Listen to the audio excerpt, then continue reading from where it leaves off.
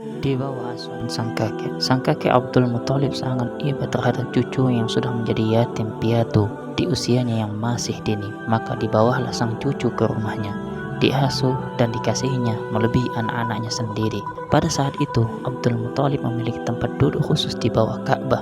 Tidak ada seorang pun yang berani duduk di atasnya, sekalipun anak-anaknya.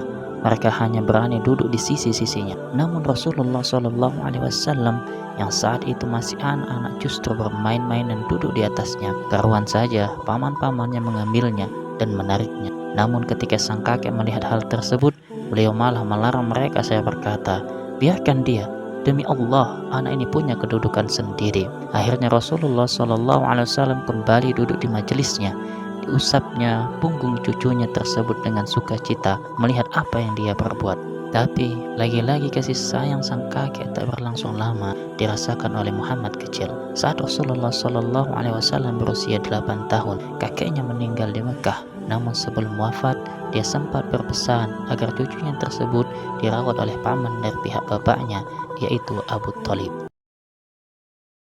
Rasulullah SAW dilahirkan pada hari Senin pagi, tanggal 9 atau 12 Rabiul Awal pada tahun Gajah, bertepatan dengan tanggal 20 atau 22 April 571 Masehi. Beliau dilahirkan dari suku Quraisy, yaitu suku yang paling terhormat dan terpandang di tengah masyarakat Arab pada waktu itu. Dari suku Quraisy tersebut, beliau berasal dari Bani Hashim, anak suku yang juga paling terhormat di tengah suku Quraisy.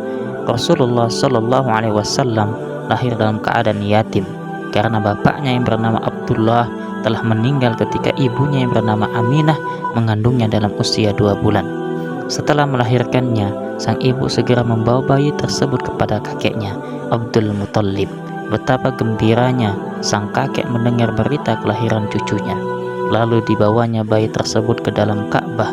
Dia berdoa kepada Allah dan bersyukur kepadanya.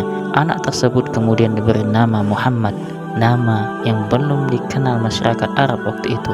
Lalu pada hari ke-7 setelah kelahirannya, Rasulullah SAW dihitan. Bahwasanya Rasulullah SAW didatangi oleh malaikat Jibril alaihissalam saat beliau tengah bermain bersama teman-teman sebayanya. Malaikat Jibril alaihissalam memegang beliau SAW sehingga membuatnya pingsan, lalu membelah bagian hatinya.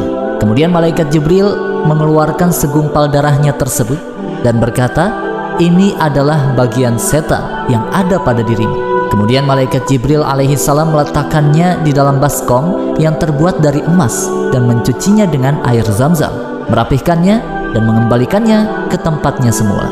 Melihat hal tersebut, teman-teman beliau SAW pun berlarian mencari ibu susuan beliau SAW, yaitu Halimah As-Sa'diyah. Seraya berteriak, sesungguhnya Muhammad sudah dibunuh.